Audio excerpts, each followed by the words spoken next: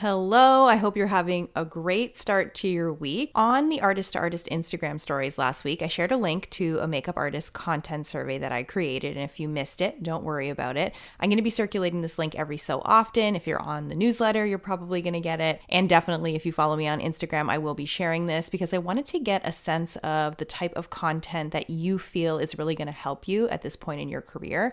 And last week, I got some really helpful feedback. I read every single survey response. So before we continue with today's episode, I do just want to say thank you to those of you that took the time to share with me exactly what you're looking for. Content creation does take a lot of time and effort, and if I am going to be putting in the time and effort, I really love creating content, but I definitely want to make sure that what I'm putting time and effort into is useful for you. There were so many artists that responded who were looking for me to really go in depth on true makeup artistry stuff, product info, product pros and cons, really open up about the artistry side of building a career as a makeup artist, some technical questions you had, and just some very specific technique things and how I approach my makeup application techniques. And I really appreciated this information because it just tells me where your head is at. And of course, I love getting into these types of conversations. This is what I talk a lot about with friends of mine who are in the industry, other artists who are in the industry. So in today's episode, we're going to get into some details of your makeup applications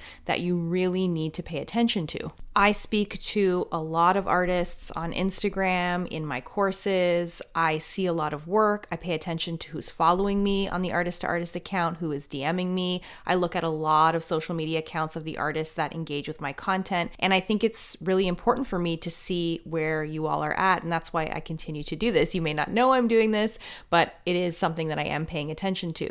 So I hope you know that I am very involved on the social media side of things, especially with students who take my courses, because I really try to make an effort to see what's going on with your makeup applications so I can figure out ways to help and improve the look of your work. When you're first starting out as a makeup artist, learning to do makeup, I know you guys know I'm very big on the fundamentals. I think it's very important to learn the basic principles of makeup application, which of course starts with color theory. And once you know this stuff, this will kind of open the door for you to do so many different things and improve on so many things in your makeup applications. So it all starts with the fundamentals. Once you have that down, it's just a matter of you practicing as much as possible so you can improve each time you work. And it's also about taking the time to look at your work, reflect on what you're doing, and look for ways to improve. Part of these improvements that you can make on your work often come from getting your work critiqued by a more experienced artist or getting some feedback on your work from a more experienced artist, because these MUAs are going to be able to help you fine-tune some of the little elements of your application that make a huge difference. They're also going to know how things are going to translate on camera, or if a more experienced artist sees a photo of your work, they're going to be able to tell by that photo where some of your application technique needs to be improved. Critiquing your own work and looking at photos of your own work, this can be sometimes hard to do.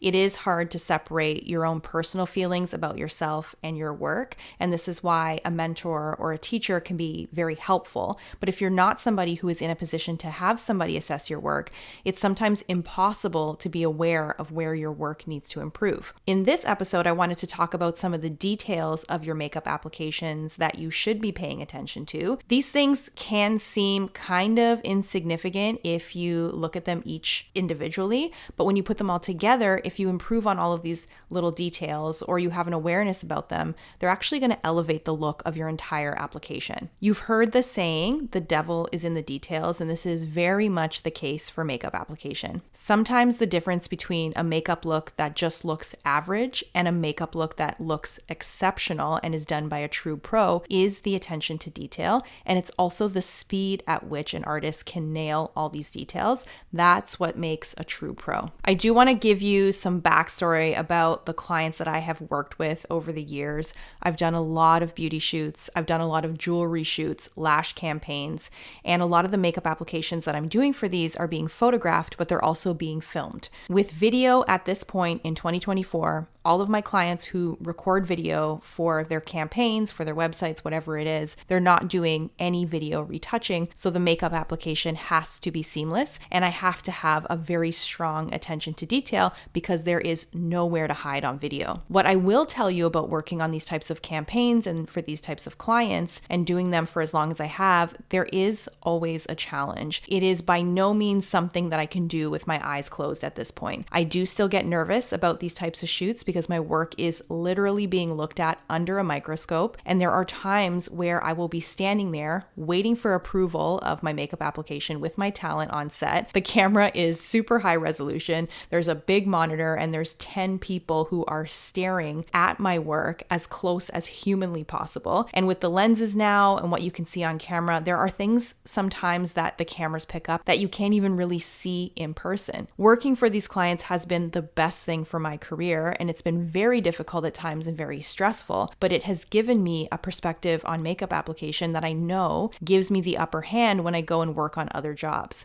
And as a result of working with so many clients where my work is under a microscope, seeing my work like this, I cannot unsee these details because I've spent so many years having my work critiqued by clients when it is blown up on a monitor, and these clients are focusing on every single detail of my work. So what I'm trying to do for you today in this episode is just to open your eyes to some of the details of your work that you could pay attention to, details that you could work on and improve on to help with the overall appearance of your makeup applications, because I want you to have an edge over other makeup artists who are not doing this. And when you pay attention to the details of your work, this will give you a huge advantage to somebody that's totally clueless about it. I wasn't sure how I was going to list out these things, but we'll go from more broad details of the work to more specific, and I'll probably work top down just like I do with my makeup applications. So let's start with the first thing, and this should be obvious, but I'm going to call it out anyways, and that is making sure your foundation is matched to the entire torso, not just the face. And that means makeup is being applied on the ears, on the neck, on the shoulders, and on the hands if they are going to be on camera. This doesn't mean we're doing a full body painting. It just means you have an awareness of what the skin on the torso looks like. So when someone's hands are in frame, for example, if the finish of the hands doesn't look as nice as the face, you will remember just to add a little bit of makeup on the tops of the hands.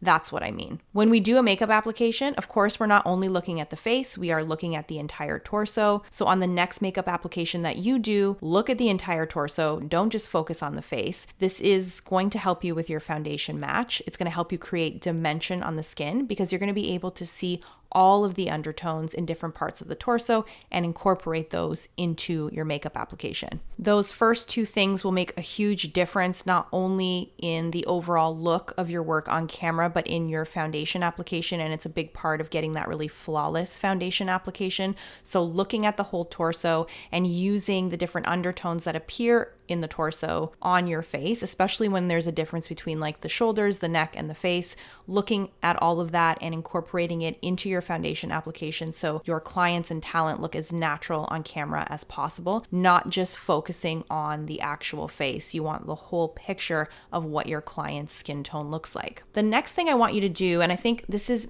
I don't know if this is really a detail, but it's just something that I want you to have on your mind. When you're doing makeup applications on camera, especially for those of you who are interested in doing similar work to me, if you're looking at beauty work, jewelry campaigns, stuff that's really focused and closer up on the face. For this type of work, you need to have something on any part of the skin that's going to be visible on camera, especially when it's close up. The reason I say this, and you may not quite be understanding what I'm saying, but the reason I'm telling you this is because with the cameras now, you can see when someone's skin has been moisturized or not. You can see the difference in texture, the difference in how the skin reflects light. Even with the most sheer foundation you can think of, you can see where it starts and where it ends.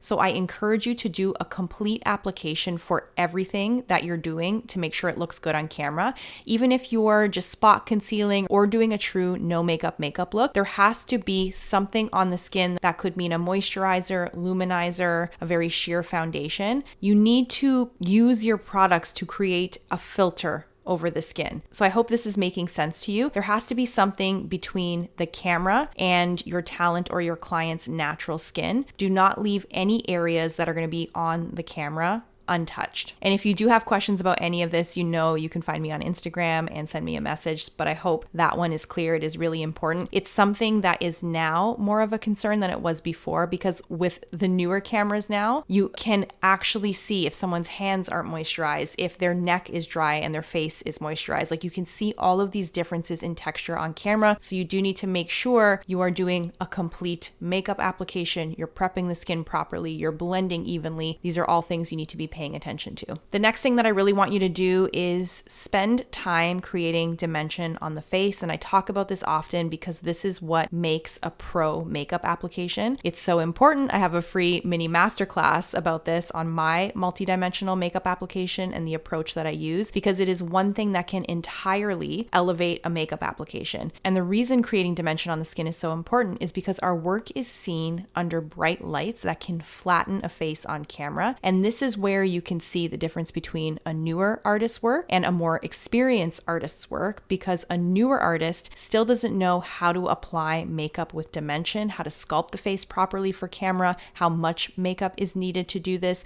what shades you do this with. So take some time to work on that. I'll include the training for you in the show notes. We can't have people paying us to leave them looking like a potato on camera. And for those of you that are old enough to remember this, if you've ever had a Cabbage Patch Kid or a Cabbage Patch doll, you'll see what I mean. You can pause and Google this right now. This is how your people are going to look on camera when you don't apply makeup with a focus on creating dimension on the skin with the right shades, with the right foundation match. We need to add in shape and structure when we're applying makeup, and your client will not have any of this unless you put it there yourself with your application technique. There is one specific area of the face that I feel gets overlooked, and this is one detail I think can really improve the look of your makeup applications, and that is the area that goes from the inner corner of the eye to the brow. And even with your natural makeup applications, you want to pay attention to this. You want to make sure you have foundation or concealer or primer or something covering that area that matches the coverage and look of the rest of the face. There has to be product there. Do not leave it untouched.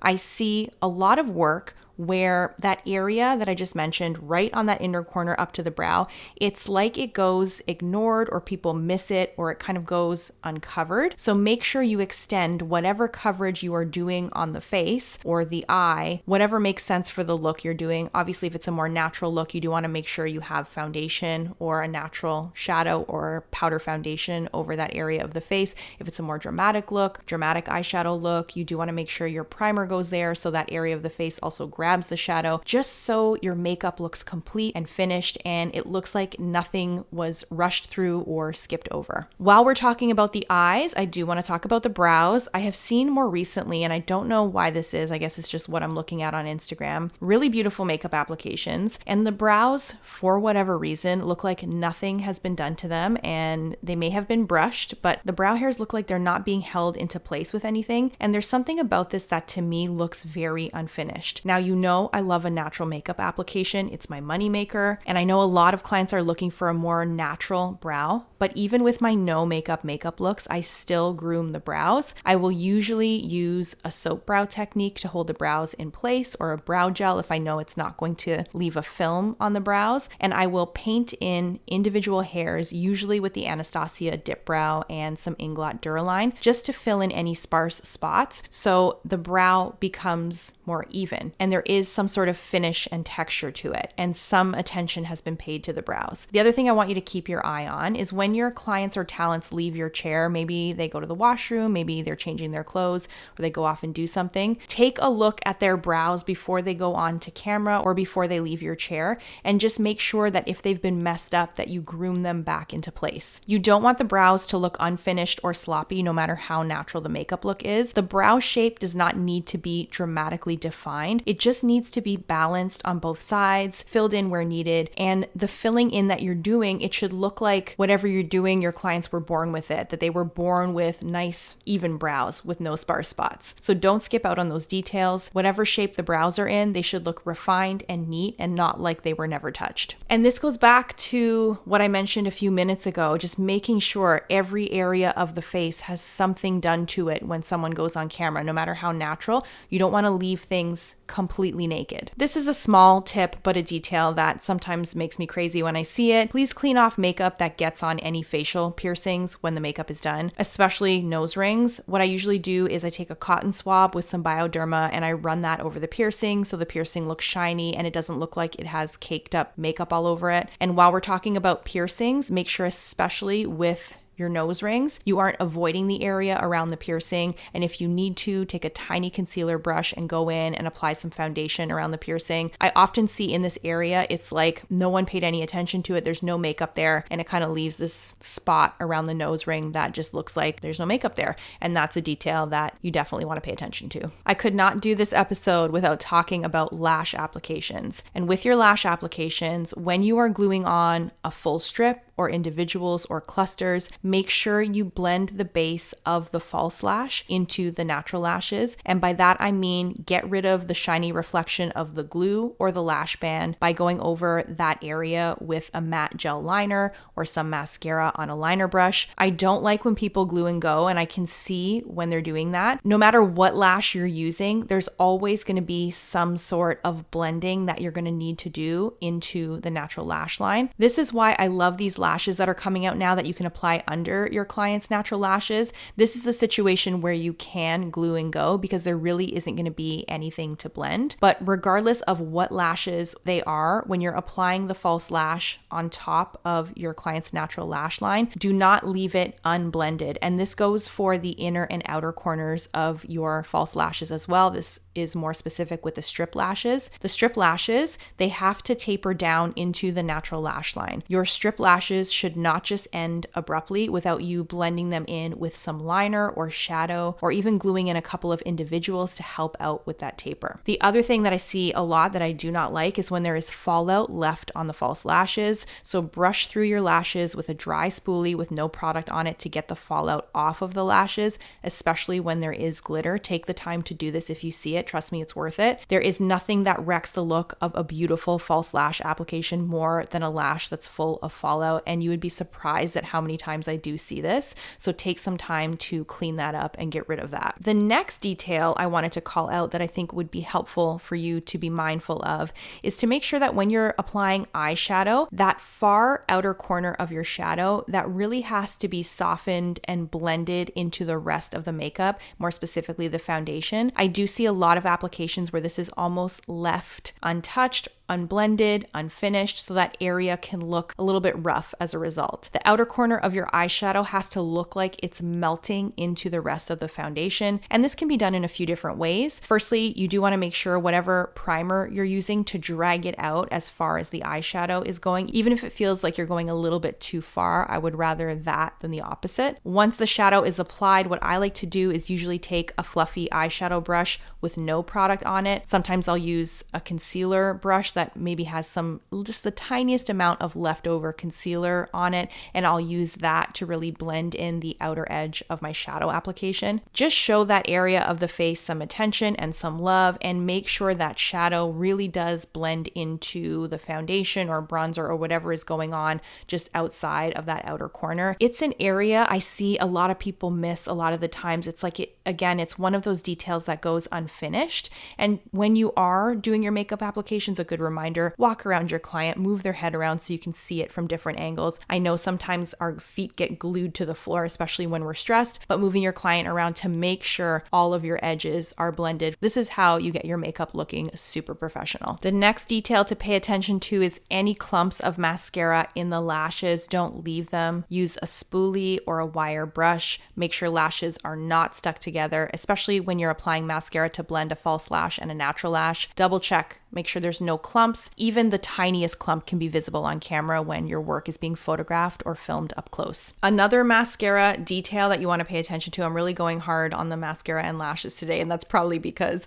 I've had so many of my clients go hard on me about this, but make sure your mascara is applied all the way from the root of the lash to the end of the lash. I know mascara application with the disposable spoolies is not always ideal. I know we don't get the same performance from the mascara as we would using the wand that is designed to be used with the mascara formulation, but that is why I actually actually love using a fan brush, and this is especially important with clients that have lighter lashes. You do not want to see a gap between the base of the lash and the mascara, and you just need to make sure you're getting that mascara right down to the root. The fan brush for me, you've probably seen this on a lot of my application content. I use the fan brush to get the mascara down to the root. I pass the mascara over the lash, and then I will add a few more coats of mascara on top with a spoolie. If you don't have a fan brush right now, you can apply mascara with a spoolie, and then you can use a liner brush to fill in the base of the lashes. You kind of almost want to run your liner brush along the top of the lash line parallel to the eyelid. I hope you can envision that. It's kind of hard for me to explain without showing you, but you'll get the idea. Just make sure that mascara goes right to the base of the lash. Experiment with cleaning up your lip lines even when the lipstick is natural. And when I say clean up, I mean taking a little bit of foundation or concealer on an angled brush and tidy up the lip line. You don't have to do this around the whole mouth. I find this little cleanup just on the outer corners of the mouth makes the most impact. Even with really fair skin tones, sometimes there can be a redness or discoloration just around the outside of the lips, and sometimes this little added step will create a really beautiful finish. Even for my really natural makeup applications, I do a little cleanup of the lip area because when I don't do it now, things look unfinished to me. So give it a try the next time you're working. It's hard to remember to do this for a natural lip look because I know we're used to doing this for red lips and more dramatic makeup looks, but try it even with your natural makeup looks. I think you will find it is a really nice thing to do, and it does provide a nice finish around the lip area. And I think that's everything I wanted to go over this week. These are specific things that I myself have been called out on, so this is why I'm sharing this with you. I've had clients comment on these things, especially for those of you that do want to get into more beauty focused work. If you want to work for beauty brands, if you want to do those makeup campaigns, skincare campaigns, jewelry campaigns, these are the things that your clients are going to be looking at when your work comes up on the monitor. So try to make an effort the next time you do a makeup application to hone in on the details of your work. Take pictures of your work, zoom in, like really pay attention and look closely at what you're doing. And what's important to do as well is create opportunities for yourself, especially if you're newer, to see how your work translates in a still photo, in video. This is what is going to help improve the look of your work. And if you can work on some of the things that I shared with you in this episode, you're already going to be one step ahead of the game on your next job. For those of you that are feeling like after hearing this, you may need some additional training, I'm going to include some trainings for you in the show notes on my multi-dimensional foundation application and my Colour Theory Masterclass, so you can see how I use Colour Theory to really create a seamless foundation application, how to choose the right shades for my clients. All of that stuff will be there. So check out those links in the show notes. That's everything for this week. Thank you so much for listening. Don't forget to subscribe. Don't forget to follow the Artist to Artist Instagram, and I will talk to you next week. Bye.